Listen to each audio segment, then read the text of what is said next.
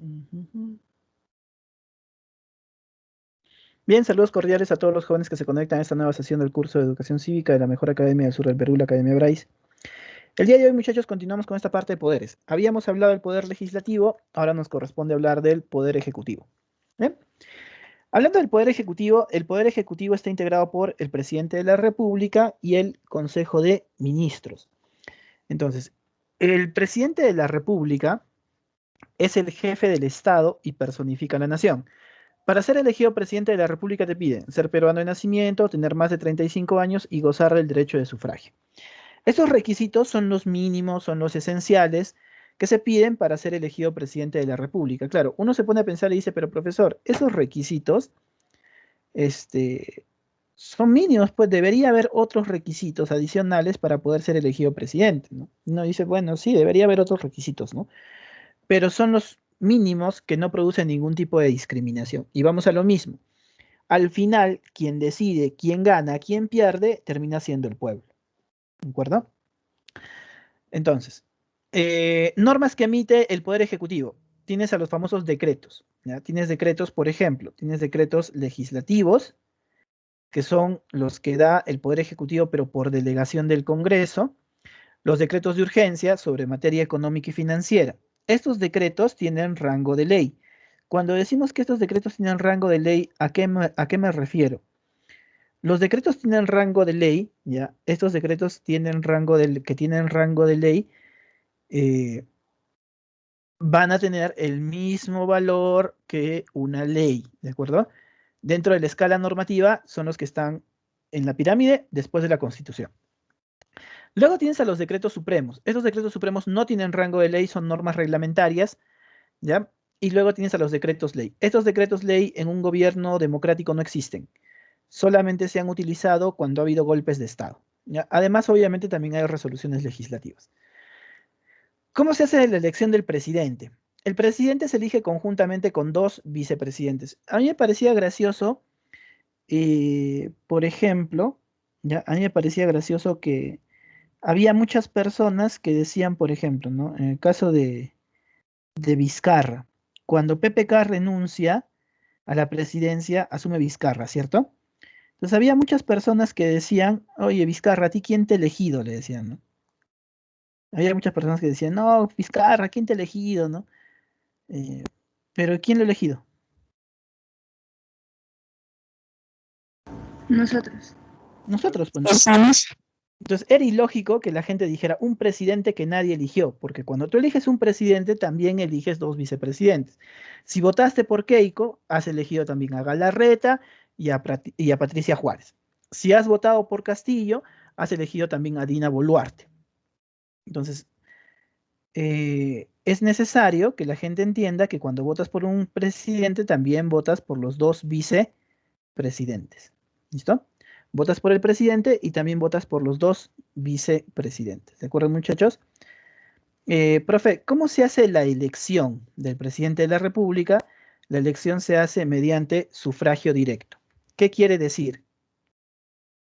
¿Qué quiere decir que la elección se hace mediante sufragio directo? Quiere decir, ¿ya? Quiere decir que la elección, ¿ya? Si se hace mediante sufragio directo, quiere decir que el pueblo es el que vota. ¿Ya? El que está votando es el pueblo. Profe, gana las elecciones aquel candidato que obtiene el 50% más uno de los votos válidos. ¿Ya? Gana las elecciones el candidato que obtiene el 50% más uno de los votos válidamente emitidos. ¿Y por qué hablamos solamente de votos válidos? Porque los votos que son blancos, ¿ya? Los votos que son blancos, los votos que son nulos, los votos que son viciados, no se cuentan, no se contabilizan, no se computan. ¿Listo? Los votos que son blancos, nulos o viciados no se cuentan, no se contabilizan, no se computan. Profesor, ¿y qué es un voto blanco, nulo, viciado? A ver, veamos aquí. Un voto blanco es cuando entregas la cédula en blanco, pues no marcas nada. ¿Ya? ¿Qué es un voto nulo? Un voto nulo es cuando marcas mal. ¿Ya? Un voto nulo es cuando marcas mal. ¿Y qué será un voto viciado? Cuando en vez de marcar, pues escribes cualquier cosa. ¿Ya? Cuando en vez de marcar, escribes cualquier cosa. ¿Listo? A ver, profesor, ejemplos. Voto blanco, ya está. Voto nulo. Voto nulo sería esto, ¿no? Que marques, por ejemplo, así. Ya, eso es un voto nulo. ¿Listo? Profesor, ¿y el voto viciado? El voto viciado es el ejemplo de la imagen. Miren, marcas, hasta aquí estaba bien el voto. ¿Listo? Hasta aquí estaba bien el voto. Y lo dicen, no, lo hago por ti, Kiara, te amo, el bono. Ya, el escribir esto en la cédula vicia el voto. Y los votos viciados son iguales a los votos nulos en el conteo, en la contabilidad. ¿De acuerdo? ¿Por qué? Porque estos votos blancos nulos no se cuentan, no se contabilizan, no se computan, si quieres llamarlo así. ¿Listo? Los votos que son blancos, nulos, viciados, no se cuentan, no se contabilizan, no se computan. ¿De acuerdo? Profe, a ver, si nadie gana, ya, si es que nadie gana, vamos a una segunda vuelta. ¿Cuándo se hace la segunda vuelta? Dentro de los 30 días siguientes a la proclamación de los cómputos generales, o sea, cuando se han dado resultados al 100%. Una vez que el Jurado Nacional de Elecciones ha dado resultados al 100%, dentro de los 30 días siguientes, ya, dentro de los 30 días siguientes, recién se convocan a las elecciones. Dentro de los 30 días siguientes se convocan a elecciones. El ganador juramenta el 28 de julio ante el Congreso y le presta juramento a la nación. ¿Cuánto dura el periodo del presidente? 5 años. ¿Hay reelección inmediata? No, la reelección se realiza transcurrido un periodo constitucional del presidente de la República. ¿Listo? Hasta ahí preguntas, que me imagino si tienen.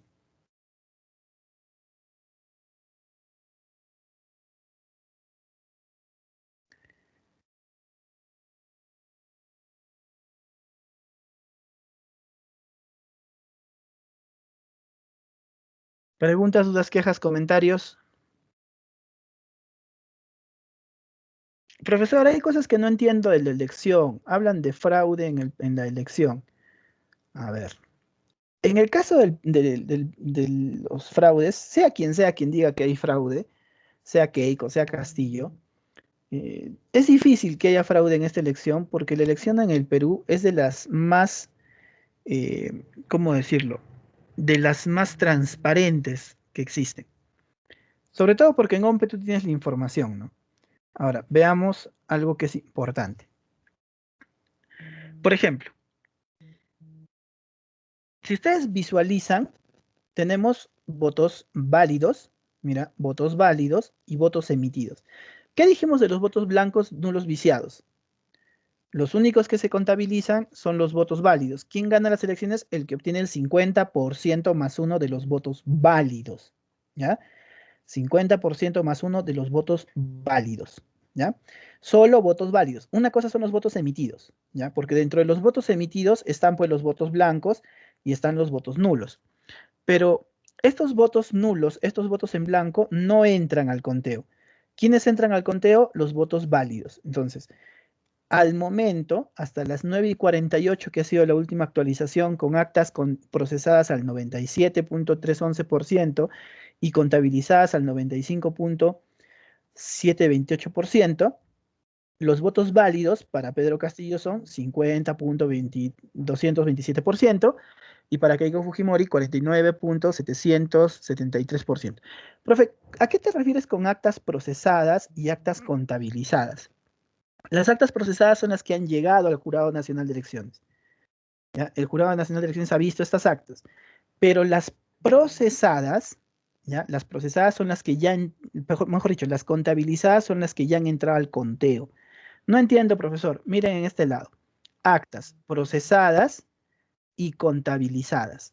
¿Ya? ¿Por qué hay actas que no se han contabilizado? Porque se han enviado al Jurado Nacional de Elecciones con votos impugnados. Por ejemplo, ¿no? En el caso de la imagen que yo les había mandado, de Kiara y la marca, ¿no? Digamos que ha marcado dentro, ¿ya? Ha marcado dentro y se le ha salido, por ejemplo, no sé, rayar una rayadura fuera de la cédula, ¿ya? A ver, se los voy a mostrar de nuevo.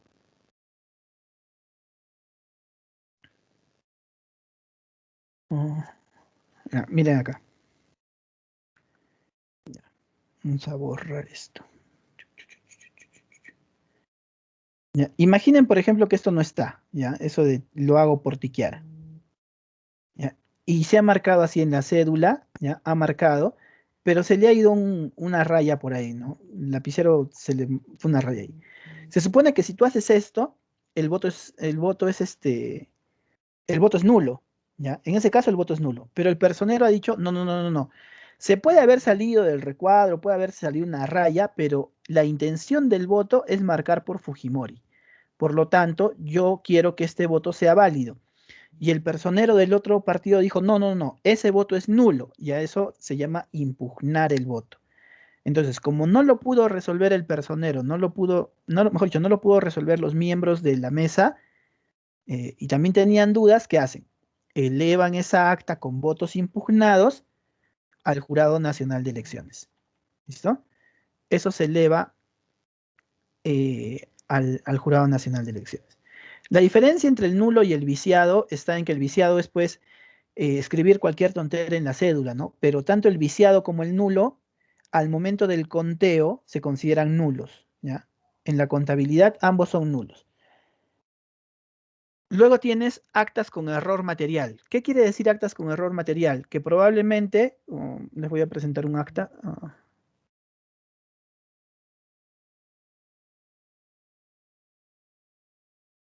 Ay, por Dios. Ya está. Miren aquí, aquí hay un acta. ¿Listo? Si tú ves el acta, tú sumas 181 más 79 más 1 más 15, 276. Pero ¿qué pasaría si acá han puesto 277? ¿Ya? Se han equivocado en la suma. Eso es un acta con error material. ¿Ya? Eso es un acta con error material. Entonces, ¿qué hace el Jurado Nacional de Elecciones? Cuando encuentras un acta con error material, el Jurado Nacional de Elecciones lo que hace es corregir. Entonces, si aquí estaba mal la suma, el Jurado Nacional de Elecciones hace bien la suma y pone el resultado. ¿Listo? Una vez que se ha corregido dentro de las observaciones, ya se corrigió, ¿listo? Si ya se corrigió, lo que se hace es incluirla al conteo. O sea, estas actas que tienen error material, ¿se van a incluir al conteo? Sí, sí se van a incluir al conteo. Solamente se corrige el error material y se incluyen al conteo. ¿Cuántas son? 397 que hay hasta ahora. Con ilegibilidad. ¿Qué quiere decir ilegibilidad? Que probablemente, ustedes miren acá, 79, ¿no es cierto? Pero es 74, pero parece 79. O sea, no se entiende si es 4 o es 9. Entonces, ¿qué es lo que se va a hacer? Se va a tener que verificar, ¿no? De acuerdo al número de electores, votos blancos, nulos, viciados, para que cuadre y ver si realmente es 4 o realmente es 9. Una vez que se hace eso, también se incluyen al conteo. Aquí hay 6. En el caso de las incompletas, si faltan datos, pues tendrán que pelear los personeros para ver si es que se toman en cuenta o quién no se toma en cuenta. Con solicitud de nulidad hay una, actas sin firmas, estas de por sí ya fueron, y con más de un tipo de observación hay 196. ¿Listo? Por ejemplo, ya hay anuladas por resolución. Mira, ya han visto 4 actas, dice, contabilizadas, anuladas, 4. ¿Listo? Actas de mesas no instaladas, 3. ¿No? Esas ya no se terminan contando, ¿no? Eh, Eso respecto a los votos blancos, nulos o viciados, ¿ya? Y respecto a cómo se está llevando el conteo de las actas para esta elección presidencial.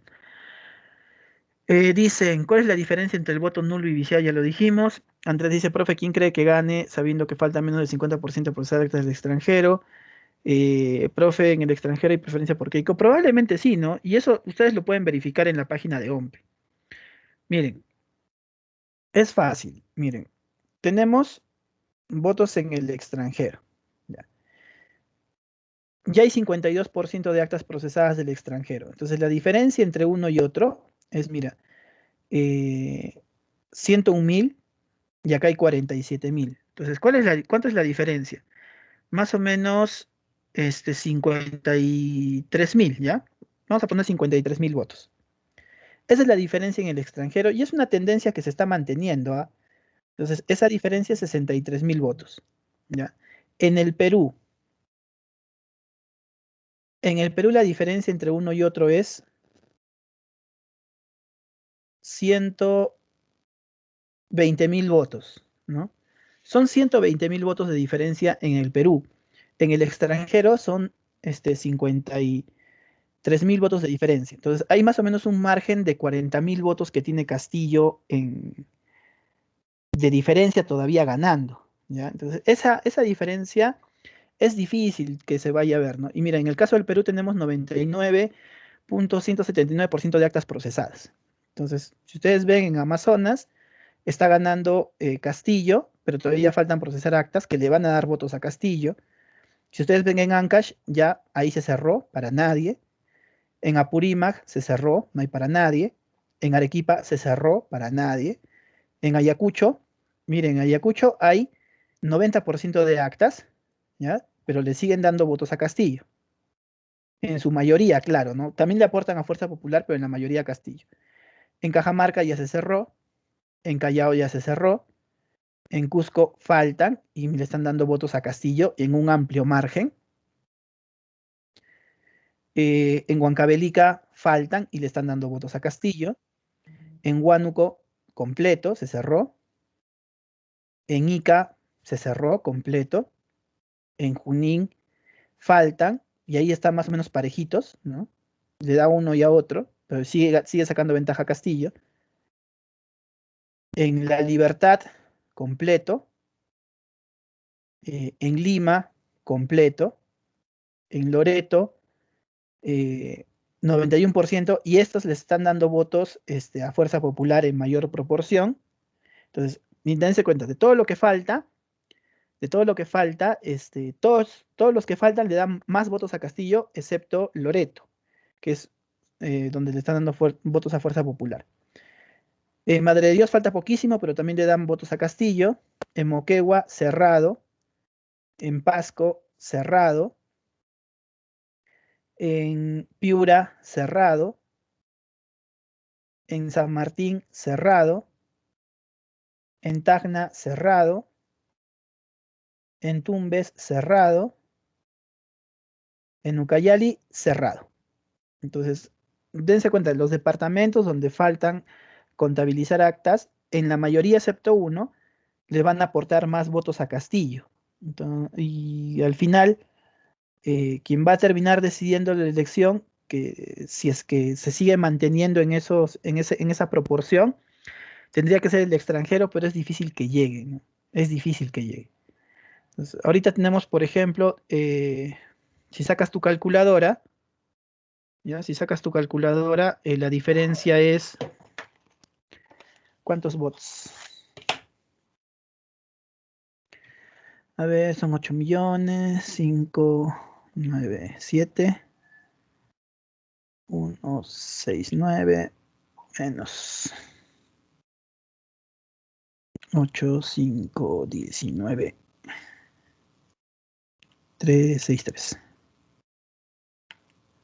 La diferencia son 77.000 votos, 77.806 votos. ¿Ha bajado la diferencia a comparación de ayer o de la mañana? Sí, ha bajado un poco. Pero si la diferencia entre uno y otro se sigue manteniendo en el extranjero, en ese rango de 50.000, va a terminar ganando Castillo. A menos que en mesa se vea otra cosa, pues, ¿no? Dependiendo de dónde sean las actas que faltan procesar. Si son de Lima, le van a dar votos a Keiko, y si son de provincia, probablemente le va a dar votos a Castillo. Eso depende. Ya ustedes pueden estar al tanto de eso. Gane quien gane, ¿cuándo va a juramentar? El 28 de julio.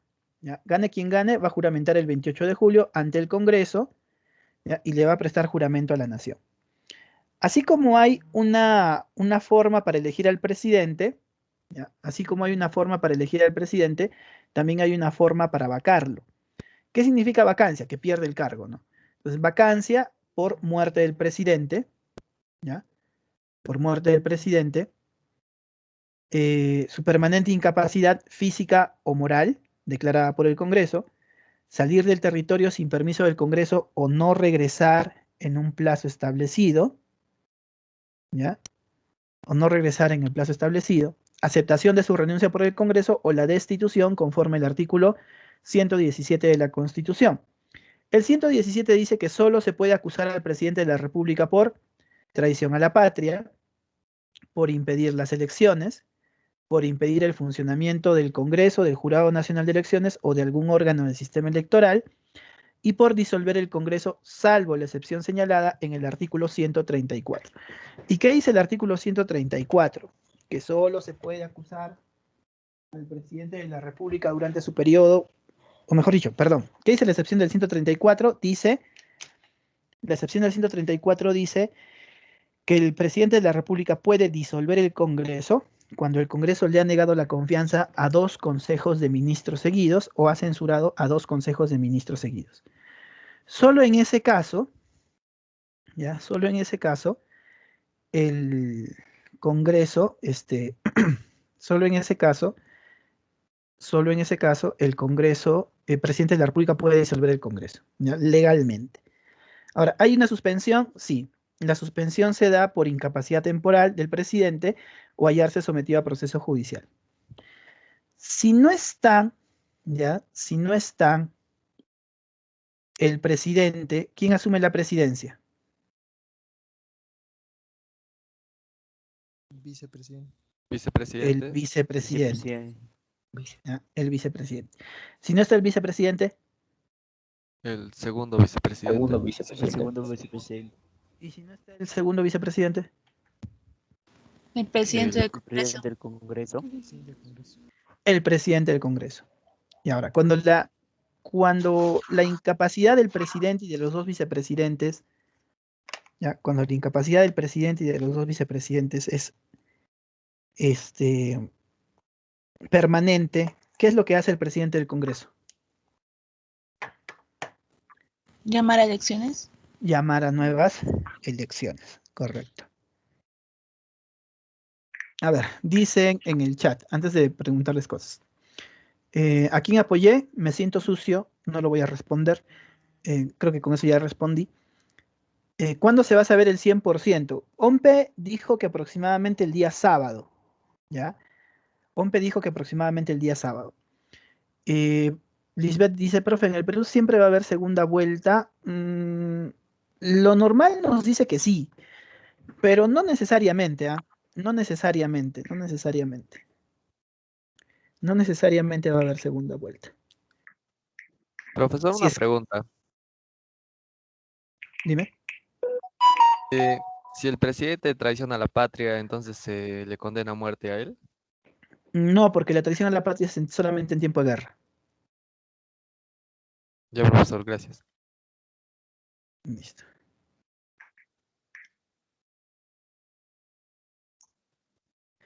No voy a empezar una discusión por quién voté, por quién no voté, porque en la otra clase me dijeron, profe, usted apoyaba a Castillo, acá ya me están diciendo que apoyaba a Keiko. No. Así que mejor no voy a decir nada. Es que lamentablemente en nuestro curso es inevitable no hablar de estas cosas, sobre todo en estos temas. ¿Se han dado cuenta que tenemos un sistema presidencialista? Profe, en castellano, ¿qué es eso?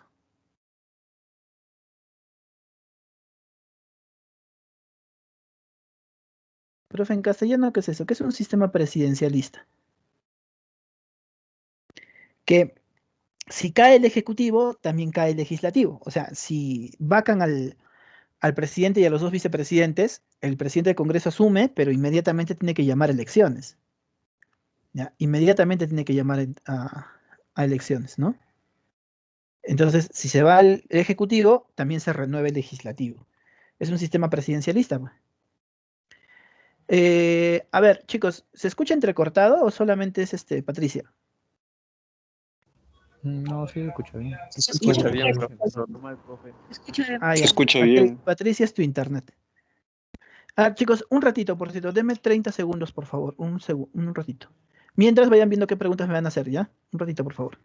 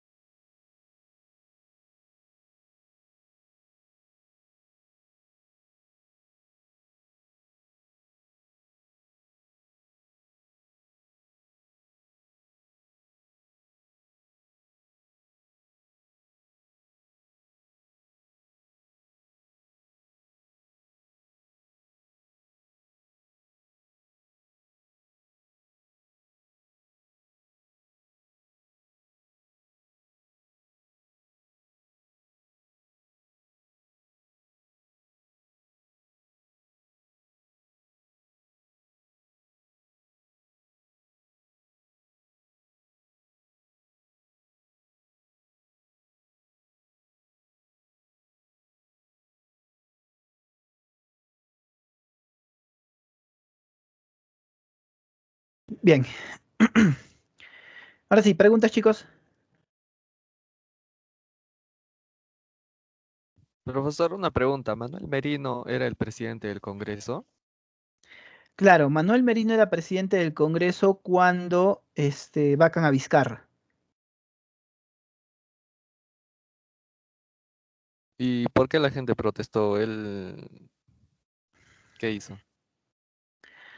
Lo que pasa es que la gente asumió que la vacancia de Vizcarra era inconstitucional y entendieron se dieron cuenta que lo que quería el Congreso era usurpar el poder. Entonces, como había una usurpación de poder, lo que hizo la gente es salir a las calles a protestar. No para defender a Vizcarra, sino para defender la institucionalidad del Estado. Entonces, ¿qué hace Merino? Renuncia, y cuando renuncia a ser presidente de la República, también renuncia a ser presidente del Congreso. O sea, sigue siendo congresista hasta ahora, sí, o sea, pero solamente renuncia a ser presidente del Congreso. El Congreso elige una nueva mesa directiva, y en esa mesa directiva está como presidente Sagasti. Y por eso es que Sagasti asume la presidencia de la República. Ahora, ¿por qué Sagasti no convoca elecciones? Es obvio, ¿no? Porque ya había un proceso electoral en marcha. Y Sagasti solamente como es un gobierno de transición, dijo, bueno, mi prioridad es la pandemia, vacunas y elecciones. ¿Hizo las elecciones? Sí. ¿Ha habido transparencia en las elecciones? Sí. Los organismos internacionales que han venido como veedores han emitido ya sus pronunciamientos felicitando al Estado peruano por haber llevado unas elecciones correctas dentro de los estándares que se piden, con una que otra observación, pero en líneas generales ha sido una elección correcta. Luego, sabemos que es, como les he mencionado, es una elección bastante pública, todo está publicado, hasta las actas de las mesas están digitalizadas y están para que ustedes puedan soportarlas. Y es más, o sea, la página de la OMP es una página, ¿no? Porque imaginen que 20 millones de peruanos a la vez están entrando a la página de la OMP y no se cuelga. En cambio, tú entras a la página de SUNAT, haces doble clic y ya se colgó. Y ha habido memes sobre eso, por cierto, que han sido bien chistosos. Pero ha sido una elección bastante, bastante transparente, ¿no? Y esa ha sido la función del gobierno de transición. Y el 28 de julio asumirá quien tenga que asumir, ¿no? A quien el pueblo le dé el voto. Yo veo difícil que pueda voltear, ¿ah?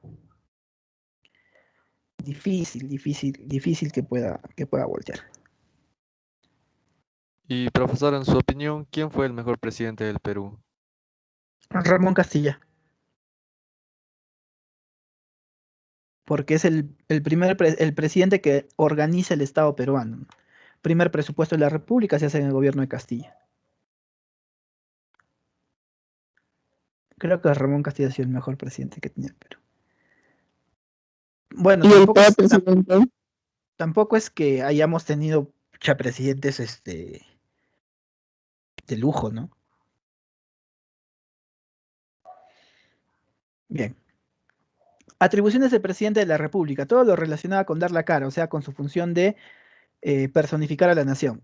Cumplir y hacer cumplir las resoluciones del Jurado Nacional de Elecciones, declarar la guerra, firmar la paz, dar condecoraciones a nombre de la nación, negociar empréstitos, celebrar tratados, conceder indultos, ¿listo? O sea, todo lo que tiene que ver con función de personificación de la nación lo hace el presidente de la República. Profe, ¿qué es un empréstito? Un empréstito es un préstamo que se hace el Estado. El presidente los negocia, pero al final quien aprueba los empréstitos es el Congreso. Los tratados los aprueba el Congreso, pero los celebra el presidente. Los indultos son un beneficio penitenciario, una gracia que da el presidente de la República a las personas, puede ser por buena conducta, Navidad, fiestas patrias, ¿ya? Dependiendo del tipo de delito que hayan cometido. Porque no para todos los delitos no para todos los delitos hay indulto. Hay delitos como, por ejemplo, el robo, mejor dicho, el secuestro agravado, ¿ya? Para el delito de secuestro no hay indulto, ¿ya? Para el delito de secuestro no hay indulto. Por ejemplo, en el caso de Fujimori, Fujimori ha sido sentenciado por el delito de secuestro agravado en contra de Gustavo Gorriti. Entonces, para el delito de secuestro por el cual está preso Fujimori, no hay indulto. El único indulto que se les podría dar a estas personas es un indulto humanitario. Ustedes saben que los derechos humanos están por encima de todas las normas, ¿no? ¿Alguna pregunta?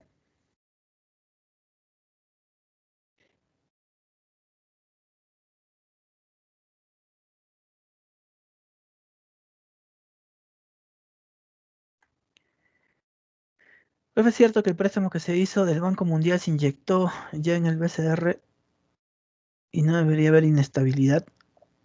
A ver, chicos, el BCR es una institución autónoma, ¿ya? Si el Estado se presta dinero, no se presta dinero para darle al BCR. El BCR maneja su propio dinero, maneja sus propias finanzas. Es más, el BCR está prohibido de financiar al Estado. O sea, el BCR no le puede prestar dinero al Estado peruano. Ahora, el tema de la subida del dólar, si quieren llamarlo así, es precisamente porque la gente está comprando dólares, muchos dólares. Por eso ha creado un desabastecimiento en el mercado. Y ustedes saben que por ley de oferta y demanda, a mayor cantidad, a menor cantidad de producto, mayor el precio, ¿cierto? Por eso está subiendo. ¿Qué hace el BCR?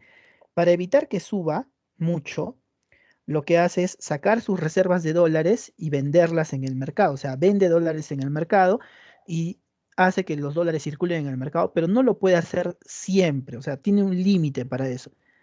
¿Por qué? Porque las reservas que tiene el Estado, esos dólares que tiene el Estado son parte de sus reservas. Entonces no las puede dilapidar como le da la gana.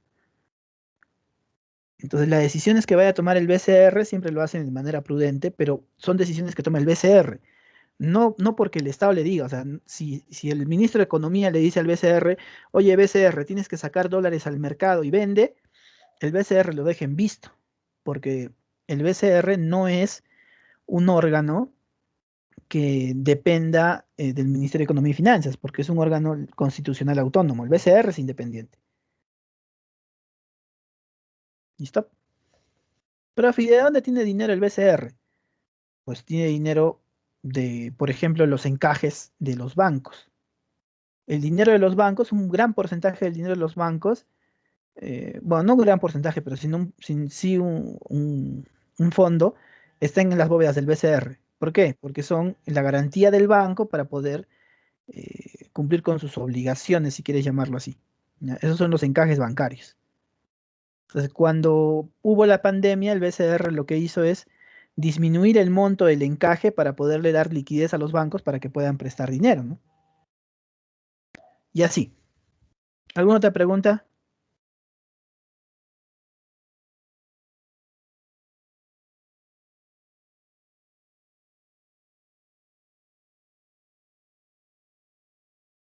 Nada, creo que quedaron traumados ya. Hablemos del Consejo de Ministros. ¿Ya? Los ministros deliberan sobre asuntos de interés público. Hay 19 ministros, pero hay 18 ministerios. Los elige el presidente de la República. Al primero que elige es al presidente del Consejo de Ministros. ¿Ya? El presidente de la República, al primero que elige es al presidente del Consejo de Ministros. Y los dos juntitos eligen a los otros 18 ministros que faltan. Entonces, hay 19 ministros porque el presidente del Consejo de Ministros es un ministro sin cartera, es decir, un ministro que no tiene un ministerio. ¿Ya? Un ministro que no tiene un ministerio. Entonces, un ministro sin cartera. ¿Listo? Bien. Profe, ¿y cuáles son los requisitos para ser ministro de Estado? Ser peruano de nacimiento, mayor de 25 años y ser ciudadano en ejercicio. Profe, ¿es lo mismo gozar del derecho de sufragio que ser ciudadano en ejercicio? No, no es lo mismo. ¿Ya?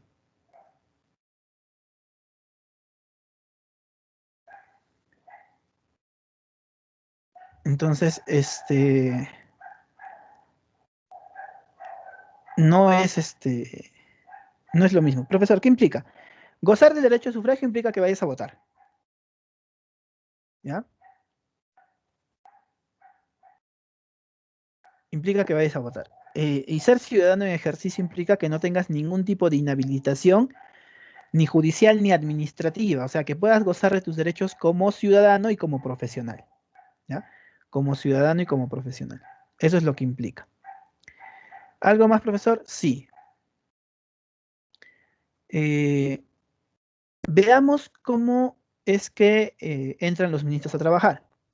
Una vez que el presidente ha elegido a los ministros, estos ministros, ¿qué hacen? Juramentan, ¿ya? Juramentan, ¿ya? Juramentan y tienen 30 días para ir ¿a dónde? Al Congreso. ¿A qué van al Congreso? A pedir el voto de confianza. ¿Listo?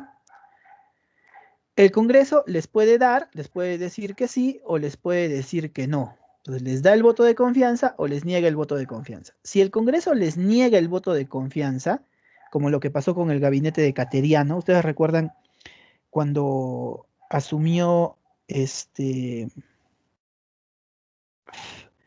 era gobierno de Vizcarra todavía, ¿no? Era el gobierno de Vizcarra y se arma el gabinete Cateriano y Cateriano va a pedir el voto de confianza y el Congreso le niega el voto de confianza a Cateriano. ¿Ya? Le niega el voto de confianza a Cateriano. Entonces, ¿qué hace este Consejo de Ministros? Renuncia y el presidente tiene que armar un nuevo Consejo de Ministros. Este Consejo de Ministros igual, juramenta 30 días y va al Congreso.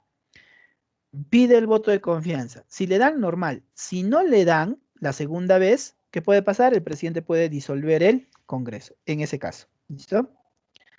¿Cómo es la función? Ahora, cuando el presidente disuelve el Congreso, tiene 4 meses para llamar a nuevas elecciones de Congreso. Disuelve todo menos la comisión permanente y eso lo hemos visto durante el gobierno de Vizcarra. Función de los ministros. La función es a dedicación exclusiva. ¿Qué quiere decir dedicación exclusiva? Que solamente se dedican a ser ministros, mañana, tarde, noche, madrugada, porque es incompatible con cualquier otra función, pública o privada, excepto ser congresista. No representan los intereses de terceros, ¿ya? No representan los intereses de terceros y asumen responsabilidad por sus actos. ¿Por qué? El presidente de la República tiene inmunidad.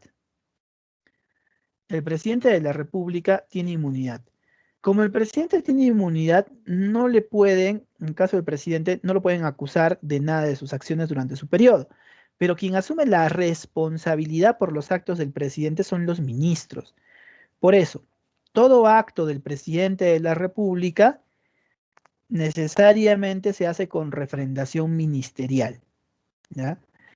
Todo acto del presidente tiene que hacerse con refrendación ministerial. Es decir, ¿ya? Todo acto del presidente se hace con refrendación ministerial. Es decir, con la aprobación del Consejo de Ministros. Si el presidente hace algo sin la aprobación del Consejo de Ministros, ese acto es nulo. Ese acto es nulo, no sirve, no se cuenta. ¿De acuerdo? ¿Alguna pregunta hasta ahí, muchachos?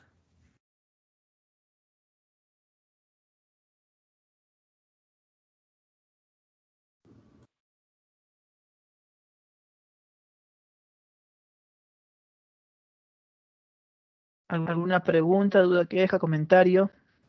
Profe, si es que, digamos, el presidente quiere hacer alguna cosa, tiene que consultarlo con el Consejo de Ministros. Sí. Tiene que consultarlo con el Consejo de Ministros. No puede, el presidente no puede hacer nada a espaldas del Consejo de Ministros, porque si lo hace, su acto es nulo. Y profesor, tendría una pregunta. ¿Cuál de los tres poderes es quien tiene más poder? ¿Judicial, ejecutivo Se o...? supone que ninguno. Se supone que ninguno debe tener más poder. Por eso existen un conjunto de mecanismos de pesos y contrapesos en la Constitución. Pero nos hemos dado cuenta que el Congreso sigue teniendo más poder que el Ejecutivo en algunos casos, ¿no? Por ejemplo, si en el último año no puedes disolver el Congreso, y lo que ha pasado con Vizcarra, ¿no? Último año, Vizcarra no podía disolver el Congreso, pero el Congreso sí lo podía vacar. Entonces, ahí hay una desventaja, ¿no? Entonces, ahí podrías decir que Congreso tiene un mayor poder durante el último año que el Ejecutivo, porque puede aprobar leyes por insistencia y todo lo que quiera. Dos, ¿qué se debería hacer para subsanar esto? Decir, ¿no? Si durante el último año no se puede disolver el Congreso, durante el último año tampoco se puede vacar al presidente de la República. Y ahí pones pesos contra pesos. En En el primer gobierno de Belaúnde, Belaúnde también había ganado la presidencia, pero no tenía mayoría en el Congreso. ¿Y esto qué había acarreado? Que Belaúnde no pudiera hacer absolutamente nada, porque el Congreso le censuraba a ministros, le negaba la confianza, entonces no podía trabajar. Es por eso que en la Constitución del 79, para evitar que el Congreso tenga pues mayor poder, un sistema presidencialista donde el Congreso tiene mayor poder es raro, se pone este artículo que dice si el Congreso le niega la confianza o ha censurado, en ese caso era 3 consejos de ministros seguidos, el presidente puede disolver el Congreso. Con eso ya ponías un contrapeso, ¿no? Ya había un contrapeso. Entonces ahí había una mayor estabilidad entre los poderes. Hoy en día continúa ese artículo, sí, pero ya no son 3, ahora son 2. ¿Alguna pregunta más?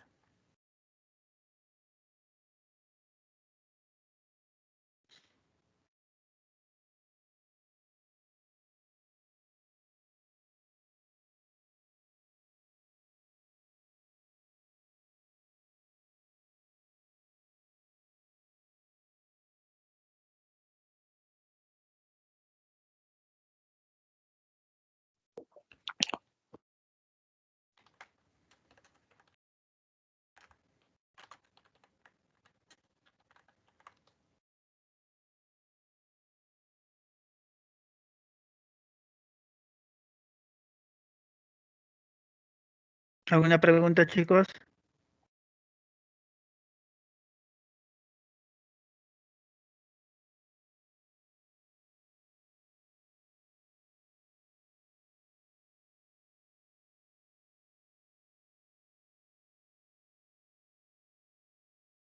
¿No más preguntas? Ya, listo. Entonces, hasta ahí vamos a cerrar nuestra grabación. ¿Se puede renunciar al cargo de ministro? Sí, los cargos de ministro son renunciables. Listo, chicos, hasta ahí cerramos la grabación entonces.